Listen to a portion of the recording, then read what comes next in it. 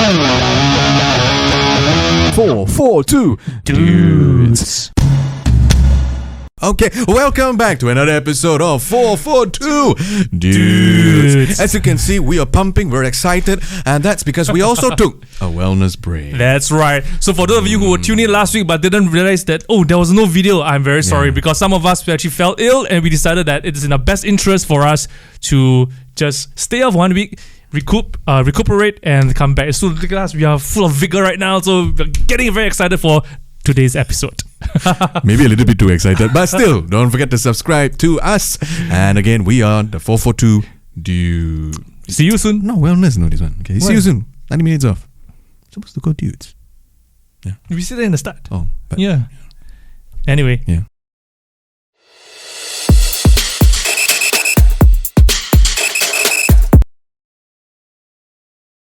Alright, welcome back guys. So now we're going to kickstart today's episode with 90 minutes off. And in this segment today, we will be talking about the Champions League, the European League, all the European leagues basically. Yeah. But before we go into those European finals, let's talk about the EPL first. Yeah. Oh wow, I mean, exciting. Yes. That's all I can say. One word, exciting. Do you know why? Why? I never expect the table to be like that. Now, remember... What do you mean by you don't expect the table to be like that? A couple of episodes ago, I told you that I thought Man United going to be third. Newcastle, on the other hand, I feel is just, destroying that hope for me. And if you look at the table, Man City, we did say that they might have a chance, but you said that Arsenal might have dethroned. Yeah, they're dethroned. No, I said Arsenal be dethroned. Yeah. So let's go to Man City first. Do Man City deserve that top spot?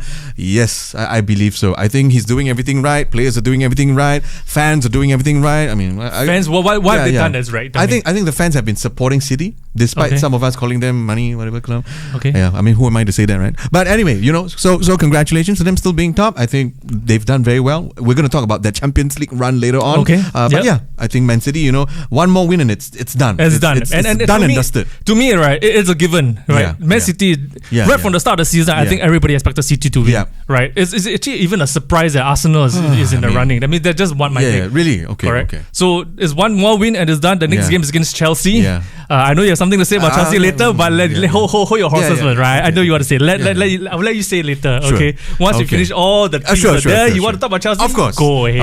Okay. But I'm expecting Haaland to extend his scoring record. He's on 36, 37 goals now. You think he's going to hit 40? I'm hoping. You're hoping? Really hoping that Haaland hits 40. He's going to hit 40. There's 2 more games to go, right? Someone is really... someone behind the scenes already... But no, what do you think, guys?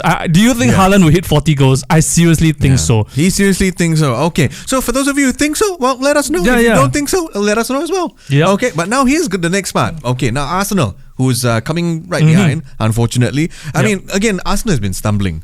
They look like they've been coming back. Yes. With that win against Newcastle United, and then after they just there it goes. And I think to sum up their season, they're just this close, very close. Let's put it this way: nobody expected Arsenal to be performing the way they did this season. Right. Okay. Right. When at the start of the season, when you talk about the top 4 predictions, Arsenal was never mentioned by anybody. Yeah. Correct. So for the fact that they are there even now to the tail end of the season, I think that's an achievement for them. Are they ready? They're definitely not. And I think if you go back to the very first episode of our podcast, I did mention that can they be caught? They probably can. But it really depends on how well they fare in the real test. And the test started with Liverpool. Right, they drew 2-2 at Liverpool, and then they went on to draw against. They drew against the likes of Southampton. I think Brighton as well. So it's really the crucial end of the season where they kind of failed. Well, I think to sum up Arsenal's run in the season, there's only 2 words, and they both start with C: complacency, consistency. What do you think I was going to say? Oh my god! I thought you were going to say what? Okay, well done. A good job. I'm just telling you. I'm going to give you a clap. I'm just telling you. Okay, The 2 C's. Good job. Yeah. Complacency and consistency. Yeah. True, that just sums it up. Because if they were consistent, like I said, I thought they were going to dominate it at the top. That's just me. Okay. Yeah, because they didn't really have a lot of things to fight for except EPL.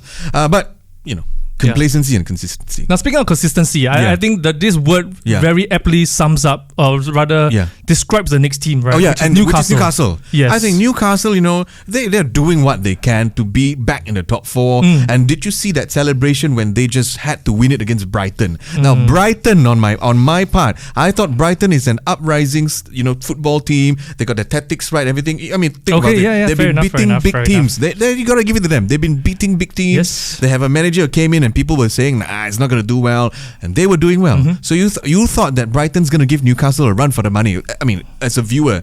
And I thought that the same. Yep. But I never thought that trashing will come. So I think Newcastle, if anything, they've been consistent. They have not been complacent. I agree. Which is why I believe they deserve that top 4 spot, which I will now dare say, frankly, I never thought they would be. So where do you think they will end up? Are they going to end up 3rd or 4th? Are they going to cement their space in the third place? Top three, definitely. Top 3. For sure. I have so no City's choice going to win, Arsenal's likely going to be 2nd. So in your opinion, Newcastle's going to be 3rd? No choice. What, no choice? Because they're so consistent. Okay. So what are you going to do about it? If they're consistent, they're good with the results, they have it there. So this is where I will agree with you. Yeah, I think Newcastle's going to stay 3rd. Okay. For the very simple reason that, yes, they are consistent and because of their home form.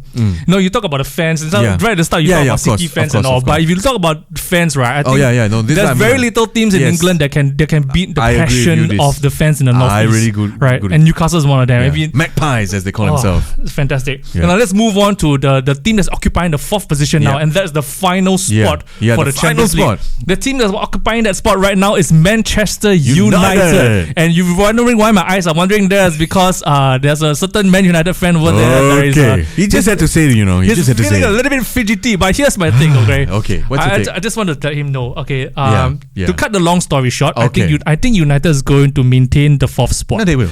Okay? I'm just saying it. Whoa, wait, do you see the smile there? I'm just saying it. They will maintain 4th. Really, I think they will. I really think they will. I also think so. Because it's all in United's hands. Yeah. Right? On how well they will do. Because chasing them is Liverpool. I'm backing Liverpool to finish the season on a high. Make it 2 wins. But I mean, if you're not top 4, that's not high lah. I mean, they're ending the season on a high. They are 7 wins on the trot, right? With the 2 more games to go, they're winning 9 wins out of 9. Okay. And if United, if they happen to stumble in any of the next 3 games, starting with Bournemouth this weekend, right? Okay, I get what you see. If United is going to stumble, there's a very high chance United is going to lose on a Champions League spot based on goal difference. Okay. There's a very, very high chance. I'm not even kidding you. You can look at the table. There is a very high chance United may lose out on the spot based on goal difference. Wow. Don't look so shocked. Our producers are looking very shocked. Okay. But yes, it is the truth. That's depending on how results go. Okay. So I don't think Ten Hag will want to let that happen. But I don't think they will. I tell you what, I don't think the entire United framework, the entire department, the entire football team will let that happen. For this very sole reason, and I'm sure there are some people that agree with this, their passion against Liverpool is so high, I got a feeling they're just going to do what they can to distort you out of the top 4. That's my take. Because that's the only motivation right now, aside from the Champions League. Okay. I think they have that pride right there. I believe so. That's just my take. So since you talk about the pride and all, right? Correct. So I want to ask you now, being a Chelsea fan, I know you wanted to talk about Chelsea against City. Because we know Chelsea is going to play a very crucial role. A crucial role in a lot of things. In a lot of things. But we are focusing on the Champions League spot, right? So they're going to play a very crucial role in the Champions League teams, right? So Chelsea is going to play United at Old Trafford. Do you think this will be the game that will derail United's quest? For Champions League. Well, I mean, okay, this is where I'm going to be very honest. I'm going to tell you right now. I'm going to think United is going to edge us 1-0. Oh. By at least 1 goal. But will they thrash us? No. I'll tell you why. Because as of now, I can see numbers flying. I'm interested right now. Okay, yes. Right now. Because you see, now, for those fans watching, Chelsea is a very important... my body. This is very interesting. Please. Chelsea is a very important fixture right now at this point of the season. Yes. Not only are we facing teams that are going to fight for the Champions League spot, we are also up against teams that are fighting for the relegation spot. So if they can beat Chelsea, they will then remain in the EPL. If they can win us, then you get your number 4th spot and yada yada yada. Now, will United win Chelsea? Unfortunately, as a fan, I have to say they will. They're playing in Old Trafford. That's their advantage. They have players now that want, and I've said it, they want to have that Champions League spot. Yep. Because, if you stay in United, you got to be passionate. You got to bring back the glory, whatever they want. Glory United. They want to have that glory anyway. So then you have to beat us back. Okay, they have to beat us, then they have to beat the other teams as well. So they're motivated to do that. I'll tell you what we're motivated to do. Nothing. Chelsea's motivation is nothing. Chelsea's players, on the other hand, they are only motivated to impress people that might want to buy them. This is where I'm going to tell you. If I'm Frank Lampard or the staff right here, I'm going to tell you, you don't have to impress me. I'm likely out of Chelsea at the end of the season. Well, you, Frank Lampard. Pochettino is going to take over. They want to impress Pochettino, right? Yeah, they want to. But will they want to stay with him or stay with Chelsea? We're not fighting for any major competitions anymore as of next season. So it's a matter of pride. Yeah, it's a matter of pride. So now they're going to play. I tell you what, they're playing for future. Okay. So which brings me to the next point of the future, which is the Champions League. Yeah. Because now the future of the Champions League, who do you think will win? I said it from the start of our podcast when we started back in March. Yeah. I've touted Man City and Napoli. Yep. Right? Napoli is out. City's in the final. Yep. They bought Haaland for one reason and one reason only. And that is to win the Champions League. I'm gonna knock you out there. I don't think it's just to win the Champions League. I think they bought Haaland to win them the treble. Possible, and I think they will do it. I think so. They will. Man City will win the treble. Yes, I said it. Man City is going to win the treble. Unfortunately. Yes. There are just 3 wins. I can't stand it. I can't stand you, Hadri, if you're listening to this. I can't stand the fact you keep telling me about Man City and Chelsea. Please don't mention it. Anyway, so he's going to win the treble. Yeah. Not him. They not him. Gosh, they are going to win the treble, right? Okay. They are just 3 wins away. And I'll tell you what. I'll tell you from the game that they had against Real Madrid. Yes. Masterclass. They outperformed Real Madrid. Not only in terms of... I tell you what. After the second goal, Real Madrid... And I saw the video. I saw the video. Ancelotti just sat there and he was clueless. He gave up. He just not just gave up. He just thought, we've been outclassed. We've been done. That's it. I think the players themselves knew it. Yeah. Because for the way they were... I mean, for me, when I look at football matches, there's one thing I always look at. Okay. Body language. Okay. So what do you think would the... So from the body language, from the get off, right? Yeah. From the kick off, from the first whistle. Okay. City won it. Okay, wow. Very strong. Straight up, they won it. You think that way? Yes. Okay, I only thought they won it after the second goal. And it's really you could see the fire, you could see the determination in the players. But here are some 3 honorable mentions before we go to the next one. Okay. I want to mention 3 people in Real Madrid who I think deserve some form of, some salute. And who are they? I'll tell you first. I think Benzema. Oh. I think Benzema has been trying. He tried his best to try to penetrate. Cannot. He tried his best. So I want to have special mention to him. I think he has his heart out for Real Madrid. Second, and one of my favorite goalkeeper, Courtois. I think no matter what, whatever you say, Benzema, but look at the saves against Haaland. How many goalkeeper can have that accolade of getting so many saves, impossible saves again, not just Haaland, but City attacks. So you can say, but Alisson. But Courtois did one. Who's the third player? one? The Don himself, Ancelotti. When they asked him for an interview, post-match interview, look at the way he conducts himself, the way he expresses it. He didn't just say they lost, He explained carefully that they lost to a better team, they deserve it. He even talked about how he was very graceful about it. He wasn't very angry. He even said that his players tried the best, all the usual things, but he was very graceful about it. The way he expressed the emotion, I thought it was class. I thought it was just class. In my opinion, he's Don Carlos. Yeah. So I'm not a fan, but I hope he stays in Real Madrid because I think he deserves it. Because when he was managing Chelsea, I kind of like him a lot. Yeah. Now, which goes on to the next one, the Milan. So Ancelotti's previous club, right? One of his previous club, AC Milan. So fun fact, AC Milan has never won Inter this season, or rather, they haven't been. No, they haven't won Inter for a long time. Oh no shit! I think the last one was probably last year February, if I'm not wrong. Oh shit! Okay. Yeah. Wow. So Inter is finally back in the Champions League finals. The last time they were in the finals, it was 13 years ago. 2010. That's when Inter won the treble. We're talking about the treble nowadays. Yeah. So Inter won the treble back in 2010 when they were managed by Mourinho. So that was the last time they actually went into the final. So now they are back. So congratulations to Inter. I think they were fantastic. They were.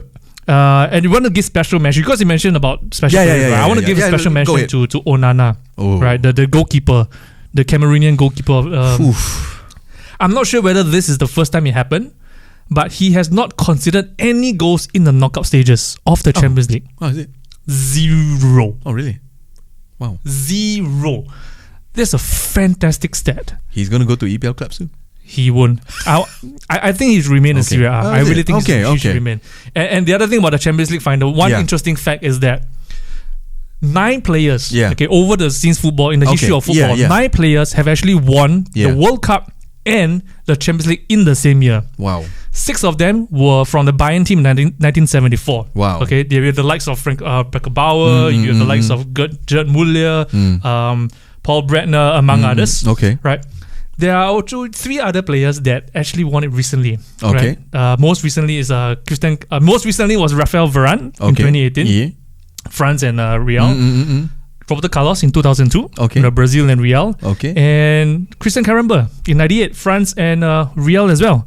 So this year, like it or not, regardless of what happens, who wins, there will be a 10th player to win the World Cup and the Champions League in the same year. Okay. So it's between the Lautaro Martinez or Julian Alvarez. Okay. So I think Alvarez is going to win it. I think he deserves it. Okay.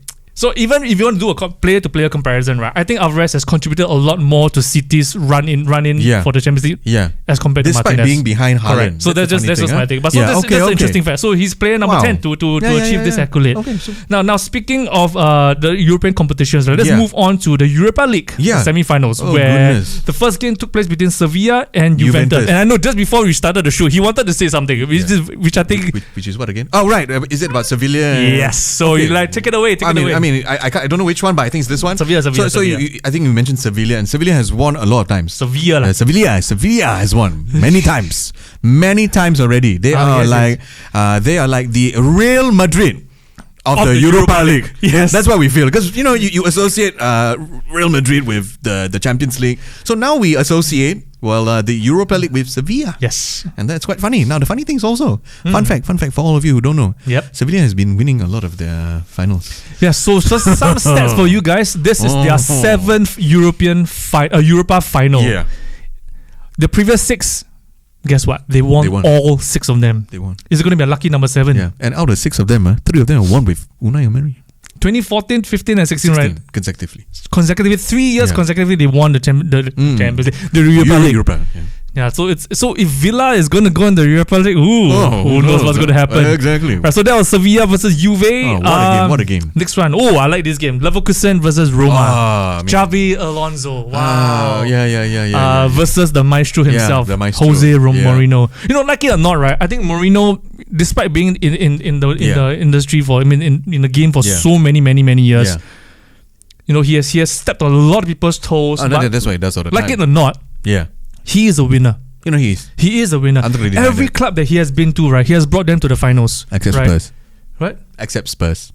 He brought Spurs to the final, but David Levy was too proud to let him continue. Correct, but didn't win anything. He won, according to him, he won half a cup, right? Yeah. That's what I just want to say, when Chelsea didn't win any Premier League title, Mourinho, when they won the first Champions, right? As I mentioned earlier, Inter, he won the treble for Inter after so many years. He did it for United. United won the Europa League, even though they didn't win anything for 9 years. And now Roma, they are in back-to-back European finals. He won a Conference League final last year. And perhaps now could be Europa League. But who knows? Mourinho might, we talk about Sevilla, having 6 wins in a row. Having 6 wins in all the finals. But Mourinho might just be the one. He might just... That's what I'm actually break it, right? He is the special one after all, So he was right after all. He was right after all. He is the special one. Okay, and then we go to something a little bit lower, because we mentioned his name before, and that's David Moyes. David Moyes with West Ham. I mean, what a win. You got to give that to West Ham. Even though I don't really support West Ham, but to know like an EPL representative, and David Moyes who's been around for so long, to see him, being so happy, being just so happy.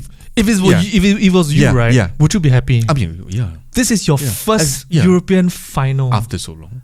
He's the oldest manager. We thought previous episode that we did talk about it, right? He was the oldest manager before Roy came back. Say about that. Yeah, so it is his first ever European final. Yep.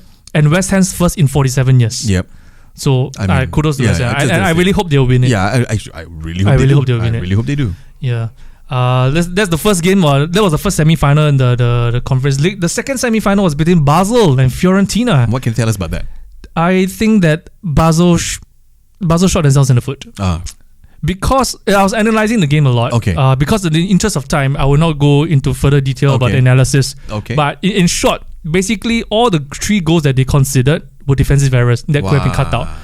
The key thing that the players did not do was they failed to track their players. And they were basically ball watching. For all 3 goals, it was just ball watching, which to me is a schoolboy error. Okay. To me is a schoolboy error. Okay. Right? And I think from the start they were very defensive. They are leading 2-1. They won. Yeah. They beat Fiorentina 2-1 at Fiorentina. Right? Now they are at home. They're 90 minutes away from a European Cup final. But they started with like a 5-3-2 formation. Why are you so defensive? Defensive. You should just attack all the way with the support at home. So I think to me they shot themselves in the foot. And now, speaking of shooting yourself in the foot, here's something to shoot to everyone. A very interesting fact. All finals have an Italian team. That just says a lot. That's why I say I think Onana should remain in Serie A. Yeah, okay, I get what you mean. So that's what I mean. Yeah. So that was our 90 minutes wrap up. And again, I mean, congratulations to all the teams at the finals and for the Serie A for that prominent rise, if I must say. Yeah. And so we'll see you for our next one. And that segment is called What's What with Who's Who. We'll see you. Oh, I talk a lot, huh? Oh, you. Alright guys, welcome back to our second segment called What's What with Who's Who. Now if you're tuning in for the very first time, this segment basically allows us to focus on everything that's happening in the football world, anything that's interesting. And for this week, for those of you in the European countries who may not know, there is something called the Southeast Asian Games that takes place every 2 years. Now this year, it took place in Cambodia, right? So we just want to talk a little bit about the football status in Southeast Asia. So Ben, you want to share that? I mean, first of all, congratulations to Indonesia.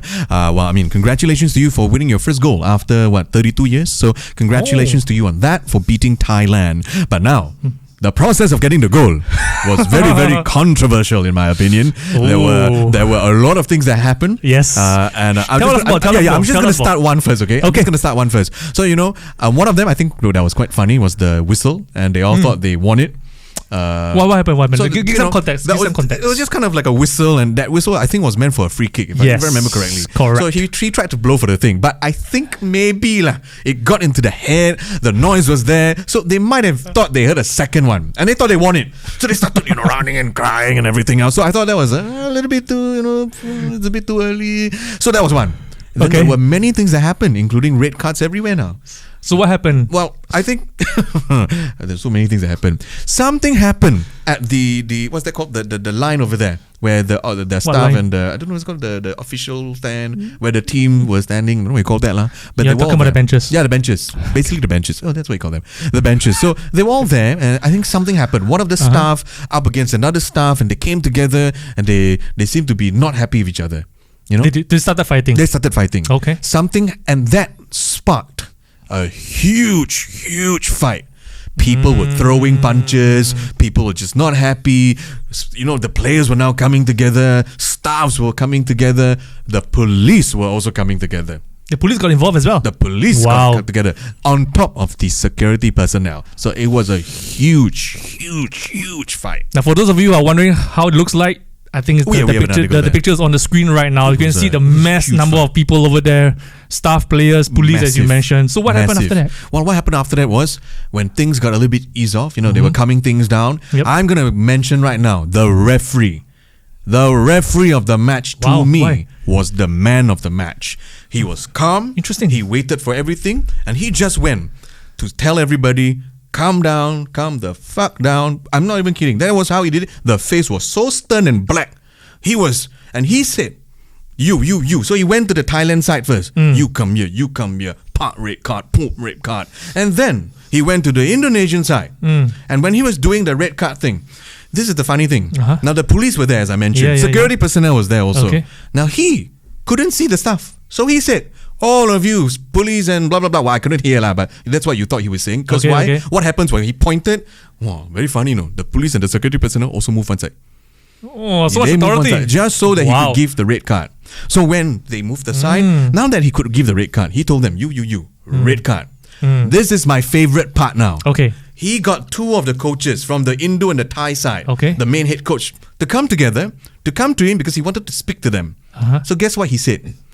I couldn't capture what he said on whatever before and after. But the main part I want to say is, he told both of them, you both come here to play football. This is football. Respect football. Something along those lines. But he was telling them, this is playing. You come here to play football. He doesn't want any nonsense.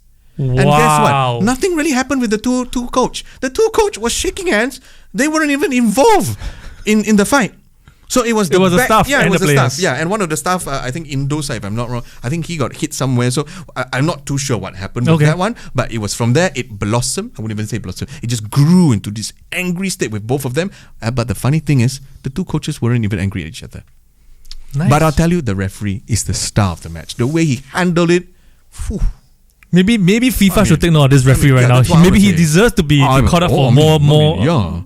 The way he was just controlling it, and the bare fact that he reminded them that this is football. I mean, wow, that is what a referee is all about. So this is football, right? This is football. So what is football to Singapore? Wow, congratulations, Singapore. We couldn't do what they did, which is first, start a mini fight.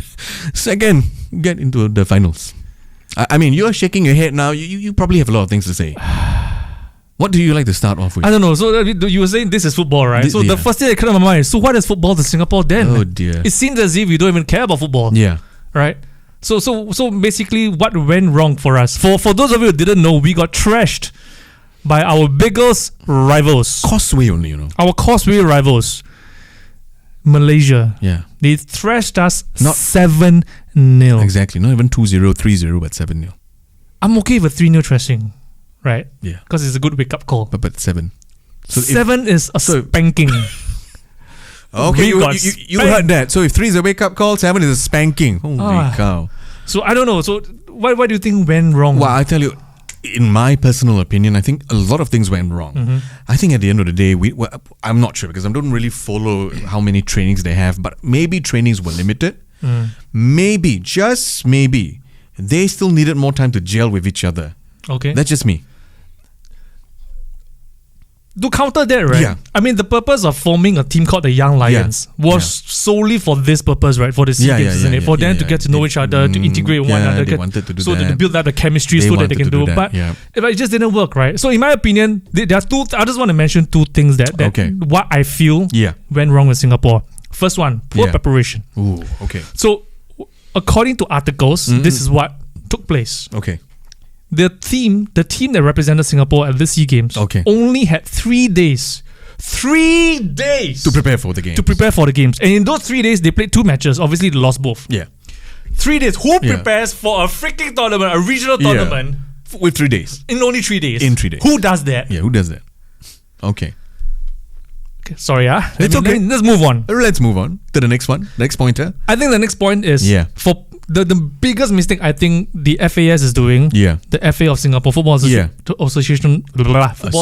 of Singapore, is persisting with a failed strategy. Okay. So I mentioned about the Young Lions, right? They formed the Young Lions. So this is a fun fact, right? They formed the Young Lions in 2003. So that's 20 years. Yeah. And in these 20 years, from 2008 all the way even to now, the current season of the Singapore Premier League. Yeah. The Young Lions have been propping up the table at the bottom. Yeah. Right? There's 15 years of constant defeat. Okay. I'm just reading. I've written down my notes. Let me read my notes. There's 15 years of constant defeat. And all it does, in my opinion, is breeding a losing culture, a losing mentality, with no fight, no determination, nothing whatsoever. To them, they're just playing. Yeah. Oh, I'm just going there. I'm just going to exercise for 90 minutes, get my money, get my paycheck, and go home, have fun in my family. Full stop. Yeah. That's the thing. That is to me as a football fan, Singaporean football fan. That is the image I'm getting from the Young Lions. Okay, so basically, if I can sum up what you're saying, you are saying that they lack the most important thing, which is national pride. That's just one of them. Yeah. Right? I mean, you look at it, Chelsea this season bought so many players. They are star-studded players. Some of them are experienced, seasoned professionals. When they went on the losing streak, they themselves also took a very, very long time to come back. So if seasoned professionals like them are struggling with losing for like 2 months in a row, what's 15 years? Can you imagine the effect of 15 years of constant defeat? And not some of those defeats are not even like a 1-0 or 2-0 defeats. No, some of them are trashings. Okay, trashings like what we just did. This 7-0 against Malaysia. So now just to add, then there is some form of defense for Singapore. Perhaps we don't know whether it's a defense, but what if their defense is The difference between you mentioned Chelsea, so I'm going to use them as an example. You mentioned Chelsea. Now, what if they are now going to tell you can't compare the two of them because Chelsea, on the other hand, has already a strong infrastructure, and then whereas for the Singapore side, they don't have. Correct. So this is where I want to touch on. Okay. Right? So you talk about Chelsea, right? Let's just move. Let's just focus a bit more in general. Yeah. In general. Let's think back to all the successful teams in the past. Okay. Right. We look at Fergie's fledglings. Okay. Right. You look at Wenger's Invincibles. You look at what Mourinho did, what Ancelotti did, and in more recent years, what Klopp has been doing in Liverpool, how he transformed Liverpool, what Pep has been doing to Man City, and how the machine, the well-oiled machines that they are today. Okay. What is one common denominator? What would it be? A good mix of youth and experience. Okay. The problem with the Young Lions is that no players above the age of 24 are allowed to be part of the team. Okay. So if you are just building a team full of inexperienced players, who is going to be the leader? Okay. Who's the leader on the pitch? Who is the one that's galvanizing the team? Who is the one that's motivating the team? Who is the one that's telling them what to do, where to stand, who to back, all these things? As inexperienced players, right? Everyone's inexperienced. Yeah. In a game situation, you may not see things, but an experienced player would probably see it, right? Even before the thing happened. Correct? That comes with experience. Yeah. Where to stand? Do they run? Do they stay? That comes with experience, right? Don't just run for the sake of running. Correct? Yes, the coach, but the coach is on the sidelines. He can't do much. You need someone on the pitch to show it with the players, to gather the players. And all the teams that I mentioned earlier, they have a very good and perfect blend of youth and experience. So in my opinion, 20 years of this experiment is done. Gone. Right. Dismantle the Young Lions. I'm going to be even easier than you in that. Now, I'm going to be bringing it more closely to home. Okay. Indonesia just won it. Malaysia has gone to the finals. Then you have the other countries that are also doing not so bad, like Vietnam. Therefore, they're doing better in Singapore. So now the question should be, the onus is on who to prepare our players? Because if these countries who supposedly, like Vietnam, who are less developed than us, how is it that their players are better? I cannot answer that. Yeah. No. I'm not going to ask you that. I'm going to ask them to answer that because really, they are doing much better. So yeah. So do we really need to think of a new strategy? Because right now they're doing a new strategy, Unleash the Raw, if I remember correctly. So what is this Unleash the Raw? I have not a very detailed clue about it, but I understand it's a new approach to breed new players. Players to send abroad and all that. So that's the new approach, and also to bring the local football more nearer, geared towards the community now. That's the new approach. So the idea is to bring the players to send them to the academies. Attachment They've been and doing whatnot. that. Fundy's sons have been to Chile, have been to Holland, right? Some of the youth Olympic team members, right? Like Adam Swandy went to Metz in France. He couldn't adapt to the living status there. He came back to Singapore, right? In previous years, Noor Alam Shah also went to Notts County for a brief stint, but he couldn't adapt to the culture. Then he came back. Haris Harun managed to go into a Portuguese team, but because of national service commitments and whatnot, he was forced to come back. And now at least he's clever enough to go to Malaysia and play for Johor for a little bit, right? So I think that was quite smart. But Haris Harun, in the most recent, he's probably our best prospect of making it into the European leagues. But unfortunately, because of whatever reasons, he couldn't. And now he's what? He's really in his 30s, correct? So I don't know. So to me, right? Okay. So to you, what do you then think? At least two things. Okay. What do you think we should change? Two things you feel. Don't need three. I don't need two. I have three. Three. Okay. I have three things. Okay. What is this? These three things. These three things I want to say is basically to answer the question called "What's next for Singapore football?" Okay. All right. So first and foremost, number one. Yes. Just bear with me because I wrote down my notes. All right. Number one. The first thing they should do, in my opinion, is to revamp the league. Okay. They changed the name recently to call it the Singapore Premier League, right? I think it's meant to psych the players up. I'm playing the Premier League and everything. I think it does not work. Okay. For one simple reason, all the teams are playing each other the same year after year after year after year. So they need to revamp the league, in my opinion, to a semi-professional league. Okay. Disregard the professional status, change it to a semi-professional league. Allow other teams in a Prime League, Division 1, Division 2 to play. Okay. Have a relegation and promotion system, right? If you're wondering whether this works, it works. England's football system works. There are 7 tiers of the league, right? Then they have their North Conference, their South Conference, the Vanarama League and all those things. It works in England. There are professional teams and semi-professional teams playing in the same league. It does work, right? So in my opinion, you have to do this. Singapore football needs to cut the professional status, change it to a semi-professional league, and allow semi-pro teams to join in. Why? There are two reasons. To me, I see two benefits in this. Number one, with the increased number in teams, right, you will have a bigger talent pool of players to choose from, and also to develop for the national team. And this is something. It's not just for me. I'm just taking this in context from what the national coach said, because to him, he is limited by his options. There's just 6 teams or 17 local teams that you can choose from, because the other teams that are in our league right now are foreigners. Right, you have Alberex, you have the DPMM. Most of the players are not even Singaporeans, so he can't choose non-Singaporeans to represent Singapore, isn't it?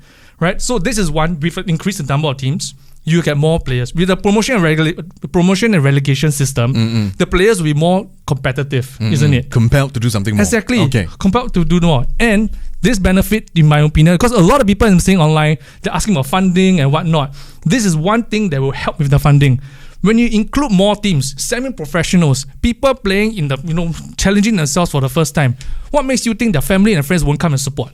With more people coming to support, you increase your gate receipts, you increase your exposure to sponsors, right? You increase everything, your merchandise sales can go up. It's to me, it's basically like an avalanche effect. A ripple effect. Okay. Right? Okay. So that is one thing. They need revamp. The second thing. I think we need to develop an identity of our football. Okay. Because from what I'm seeing Singapore football over the years, I have no idea what kind of football we're playing. Okay. So when we say what kind of football, I'm just straight up, I just ask you, right? When I talk about Barcelona, what's the first thing that comes to your mind? Well, tiki-taka, Exactly. Yeah. When you talk about Man City, what comes to your mind? I don't know, just aggressive football, attacking football. Yeah. Right?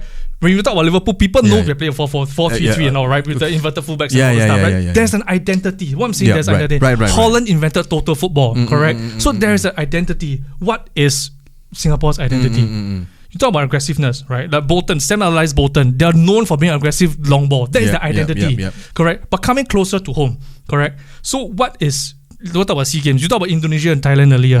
So I think we can mirror some of the things. Yeah. Thailand has, because we are smaller in stature, I think we should focus more on the technical side of things.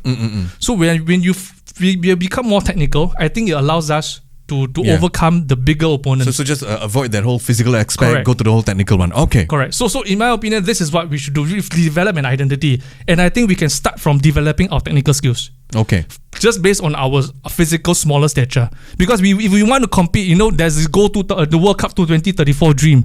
If you want to compete the European nations, we will definitely lose them in terms of the physical stature.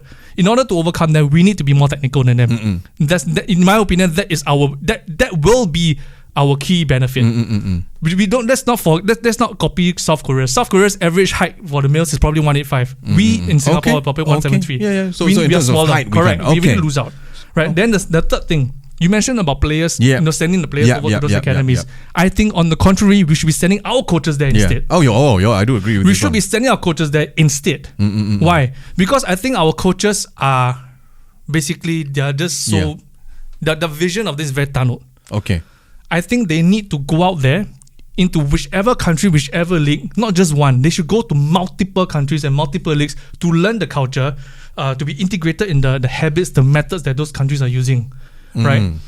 And I'm saying this also because I read an article, I think 2020, that's 3 years ago. Jita Singh, one of our former national coaches, he also said that our coaches should probably be going to those foreign leagues, and I totally agree with him. And so just do that, okay? So you're saying that, okay, so they go overseas, and so that way when they come back, the coaches, when they come back, they're able to form, as what you said from one of your pointers, they're able to form this identity because they've come back. Okay.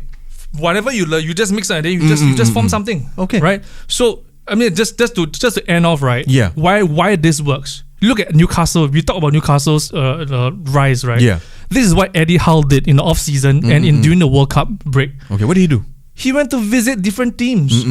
He went to different countries to visit them to learn. He went there as a student.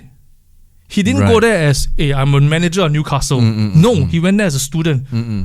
This is what we should be doing. Okay, so to end off, I think very importantly, you said the last fact. Our coaches, not only just our football, the departments on top, the players, but the coaches as well, being the backbone of it, because they give it a formation, they ensure that they motivate the players. They have to be the one that go out there, learn something new, not just in the C region, but beyond that as well. Yes. For Europe, where else? Okay. Okay. Can I just add one more thing? I'm just appealing to the ministers out there. Okay, wow. Let's bring back void deck football. Okay. Let's bring back void deck football. Okay. Right? Okay. And possibly create a futsal league. Alamak. To train our I mean, I was involved in a futsal competition before. Oh. Some of those players are telling you. Okay. So really good. Ministers bring that back. Okay. Because we're going to send John to join one of the team also. All right. Foo yo. Okay. So those are, of course, our pointers. I mean, really, if you've been passionate about Singapore football as well, let us know. Let us know what is your take. Do you agree with his 3 pointers? Do you think there must be a big slap, a big spanking to the Singapore team in order to make it big? And should we not just think about World Cup now? Should we just focus more on what's closer to us, then go for the World Cup? Exactly. So if you have any views, let us know. But most importantly, for one view that we have here is to subscribe. So if you haven't subscribed, please subscribe. Very importantly, goodbye. 442 dudes, say goodbye. See ya. Subscribe. My goodness, so passionate, this guy.